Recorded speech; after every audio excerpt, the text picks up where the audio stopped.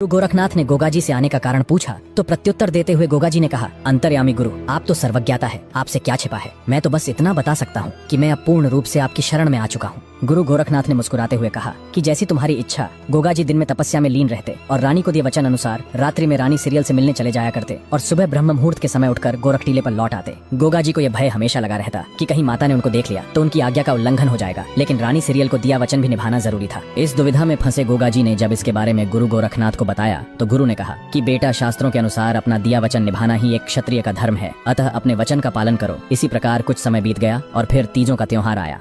16 सिंगार कर रानी सीरियल तीज झूलने की आज्ञा लेने अपनी सास के पास पहुंची। रानी के सिंगार देख माता बाछल क्रोध में बोली, जब तुम्हारा पति घर बार छोड़कर जा चुका है तो ये हार सिंगार किसे रिझाने के लिए किए जा रहे हैं। अपने ऊपर लगा लांछन रानी सीरियल से सहा ना गया और सीरियल ने माता को प्रत्युत्तर देते हुए कहा, चले तो आपके लिए गए हैं, मुझसे तो नित्य प्रति रात को मिलने आते हैं। माता बाछल ने रानी को झूठी कहते हुए कहा कि जब तक मैं खुद अपनी आंखों से नहीं देख लेती तुम्हारी बातों पर विश्वास नहीं करूंगी। इतना कहकर माता बाछल रानी सीरियल को नौलखे बाग में झूला झुलाकर महलों में लौट आई और द्वारपाल से कहा कि रानी सीरियल के कक्ष के आगे नजर रखो, यदि गोगा आए तो मुझे इसकी सूचना तुरंत मिलनी चाहिए। हमेशा की भांति रात्रि होते ही जब गोगाजी महाराज ददरेवा के महलों में पधारे तो द्वारपाल ने आज्ञा अनुसार माता बाछल को सूचित कर दिया। सूचना मिलते ही माता बाछल गोगाजी के बाहर आने की प्रतीक्षा करने लगी। जैसे ही गोगाजी महलों से बाहर आकर नीले पर सवार हुए तो माता बाछल ने तुरंत सामने आकर घोड़े की लगाम पकड़ ली। गोगाजी ने माता के समक्ष यह सोचकर मुंह फेर लिया कि कहीं माता द्वारा दी गई कभी मुंह न दिखाने की आज्ञा का उल्लंघन न हो जाए, किंतु गोगाजी को यह भली भांति ज्ञात हो गया था कि माता उनका मुख देख चुकी है। इतने में काछल भी वहाँ आ पहुंची और माता बाछल से कहा, अगर गोगा को तुम नहीं मना सकती तो मुझे आज्ञा दो, जो जा चुके हैं वो वैसे भी कभी लौट कर नहीं आने वाले, अब क्यों वंशनाश करने पर उतारू है। इतना सुनते ही गोगाजी ने घोड़े को एड़ लगाई और नीला हवा से बातें करने लगा।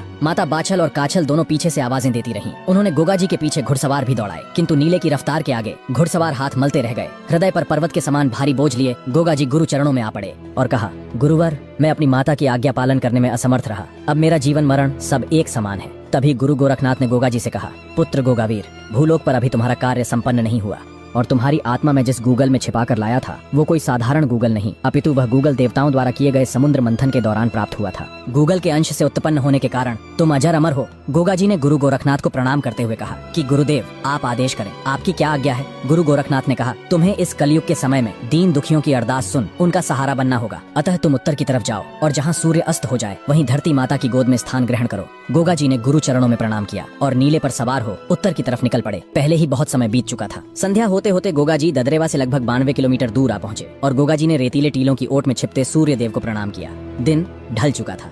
गोगाजी ने धरती माता से आग्रह किया कि मुझे अपनी गोद में स्थान दें। तभी अचानक धरती फटी और गोगाजी नीले घोड़े सहित माँ की गोद में हमेशा हमेशा के लिए समाहित हो गए। लेकिन अभी भी जमीन से आधा बाहर निकला भाला और भाले पर लहराता ध्वज इस बात का प्रमाण दे रहा था कि गोगाजी इस स्थान पर समाधि ले चुके हैं। श्री गोगा महापुराण के अनुसार जब गोगाजी के समाधि लेने का पता दोनों रानियों को चला तो माता काछल और बाछल सहित दोनों रानियों ने गोगाजी के समाधि स्थल पर जाकर गोगाजी को पुकार लगाई कि वे उन्हें भी अपने साथ ले चले और देखते ही देखते पूरा परिवार धरती माता की गोद में समा गया। जब उम्मरपाल सिंह ने अपनों को खुद से दूर जाते देखा तो उन्होंने भी ऐसा करना चाहा, लेकिन तभी गुरु गोरखनाथ ने उन्हें रोका और कहा, एक राजा का धर्म और कर्तव्य अपनी आखिरी सांस तक अपनी प्रजा की सेवा करना है, अतः आप अपनी जिम्मेदारियां संभाले। कोई कहीं नहीं गया, केवल अपना भौतिक शरीर त्यागा है। सच्चे मन से देखें, सभी आपके साथ कण कण में विराजमान है। धरती माता की गोद में समाहित होने के कुछ समय पश्चात लोगों द्वारा गोगाजी को बार बार देखे जाने के दावे किए जाने लगे। कोई कहता उन्हें हरिद्वार के पास कजली वन में टहलते देखा तो कोई कहता उन्हें गोरख टीले पर तपस्या करते देखा है। ददरेवा के किसान भी कभी कभी गोगाजी की झलक दिखने का दावा करते। किसी को विश्वास होता तो कोई अफवाह कहकर अनसुना कर देता। समय का चक्र चलता गया और कई सदियां बीत गईं। धीरे धीरे लोगों द्वारा गोगाजी को भुला दिया गया। आने वाली नई पीढ़ियों ने गोगाजी के बारे में कहीं कोई जिक्र तक भी नहीं सुना हुआ था। बस कुछ चुनिंदा स्थानीय बुजुर्गों को गोगाजी के बारे में ज्ञात था, वो भी सिर्फ इसलिए कि वे पीढ़ी दर पीढ़ी अपने बुजुर्गों से गोगाजी के बारे में सुनते आ रहे थे। लेकिन उनके लिए ये एक दंत कथा यानी कहानी से बढ़कर कुछ न था। और फिर वो अविश्वसनीय घटना घटी जिसकी कभी किसी ने कल्पना भी नहीं की थी।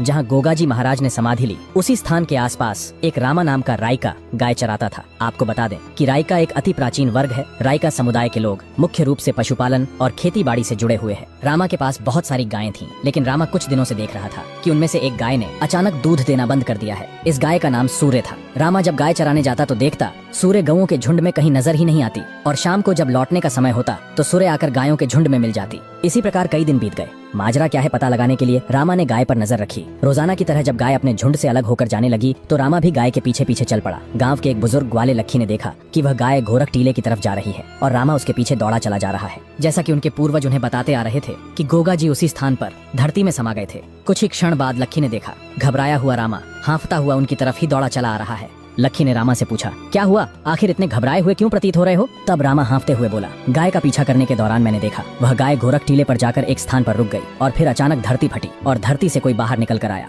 गाय के थन से अपने आप दूध की धारा निकलने लगी और जमीन से निकला वो शख्स दूध पी रहा था। लक्की को रामा की बात पर विश्वास न हुआ और अगले दिन रामा लक्की सहित कुछ अन्य गांव के बड़े बुजुर्गों को अपने साथ ले आया और सभी पेड़ की ओट में छिपकर यह अद्भुत दृश्य देखने लगे। गाय नियमित रूप से उसी स्थान पर जा रुकी और फिर देखते ही देखते धरती फटी और गोगा जी बाहर आए और गौ माता ने गोगा जी को दूध पिलाया। यह देख सभी हक्के बक्के रह गए। सभी को अपनी आंखों पर विश्वास नहीं हो रहा था। बड़े बुजुर्गों को यह समझते बिल्कुल भी समय ना लगा कि ये और कोई नहीं साक्षात हमारे जाहिरवीर गोगा जी महाराज है। सभी लोगों ने गोगा जी को हाथ जोड़कर प्रणाम किया और मन ही मन क्षमा मांगी, जिसके बाद वहाँ एक मंदिर निर्माण करवाया गया। राजस्थान के चूरू जिले के ददरेवा मंदिर से लगभग 92 किलोमीटर दूरी पर स्थित यह मंदिर हनुमानगढ़ जिले के गोगामेडी में स्थित है। आपको बता दें कि गोगा जी के इस मंदिर में हिंदू और मुस्लिम दोनों समुदाय के लोगों द्वारा पूजा की जाती है। गोगा जी के जन्म स्थान दत्तखेड़ा यानी ददरेवा में स्थित मंदिर को शीर्षमेड़ी तथा गोगा जी के समाधि स्थल गोगामेडी में स्थित मंदिर को धुरमेड़ी कहा जाता है। इसे लेकर भी इतिहास चोरों द्वारा काफी भ्रांतियां फैलाई गई है और शीर्षमेड़ी को शीशमेड़ी बोलकर सर कटने जैसी अफवाहें बनाई गई है। यहाँ शीर्ष का अर्थ सर्वोच्च तथा शुरुआत से है, धुर का अर्थ धूल मिट्टी अथवा किसी स्थान के अंतिम छोर से है और गोगा जी के मंदिर को मेड़ी बोला जाता है। अतः गोगा जी के जन्म स्थान को शीर्ष मेड़ी तथा समाधि स्थल को धुर मेड़ी कहा गया है। आखिर क्यों करते हैं मुस्लिम गोगा जी चौहान की पूजा? जी हाँ,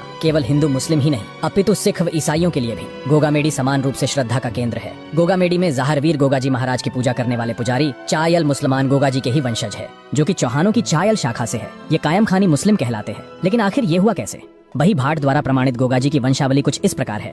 गोगा जी, राव बैरसी, राव उदयराज जी, राव हर्राज जी, राव विजयराज जी, राव पिथो जी, राव लालो जी, राव गोपाल दास, राव जैतसी, राव रूपाल जी, राव तहतपाल जी, राव मोटेराय जी। राव मोटेराय जी के 5 पुत्र थे, कायम सिंह, जबरदे, भोजराज, जिंदे और जगमाल। केवल जगमाल चौहान को छोड़कर राव मोटेराय जी के 4 पुत्रों को फिरोज शाह तुगलक ने इस्लाम में परिवर्तित कर दिया था। करमचंद यानी कायम सिंह के वंशज ही कायम खानी मुस्लिम कहलाते हैं। लेकिन कायम खानी मुस्लिम के अलावा बाकी मुस्लिम भी गोगा जी की पूजा करते हैं। लेकिन क्यों? इसका पहला कारण गोगा जी को एक ही समय पर अलग अलग जगह युद्ध करता देख महमूद गजनवी ने उन्हें जाहिर पीर की उपाधि दी। गोगा जी के धरती माता की गोद में समाहित होने के पश्चात जब वहाँ एक छोटा मंदिर बना दिया गया, उसके कुछ समय बाद फिरोज शाह तुगलक हिसार होते हुए सिंध प्रदेश को विजयी करने निकला। रात्रि के समय विश्राम के लिए तुगलक सेना सहित गोगामेडी में ठहरा। बादशाह तुगलक और उसकी सेना ने देखा कि हाथ में मशाल लिए घोड़े पर सवार एक योद्धा विशाल सेना के साथ आ रहा है। तुगलक की सेना में हाहाकार मच गया। घबराए तुगलक को स्थानीय धार्मिक विद्वानों ने गोगा जी के बारे में बताया, जिसके बाद फिरोज शाह ने युद्ध से लौटते समय गोगामेडी में मस्जिद नुमा मंदिर का निर्माण करवाया और उनके लोगों के लिए भी यह आस्था का केंद्र बन गया। तत्पश्चात मंदिर का जीर्णोद्धार बीकानेर के महाराज गंगा सिंह के शासनकाल में 1887 और 1943 में करवाया गया। शाही कायम खानी परिवार के शासक यानी खानजादों में से ज्यादातर विभाजन के बाद पाकिस्तान में सिंध के दक्षिणी हिस्से में चले गए।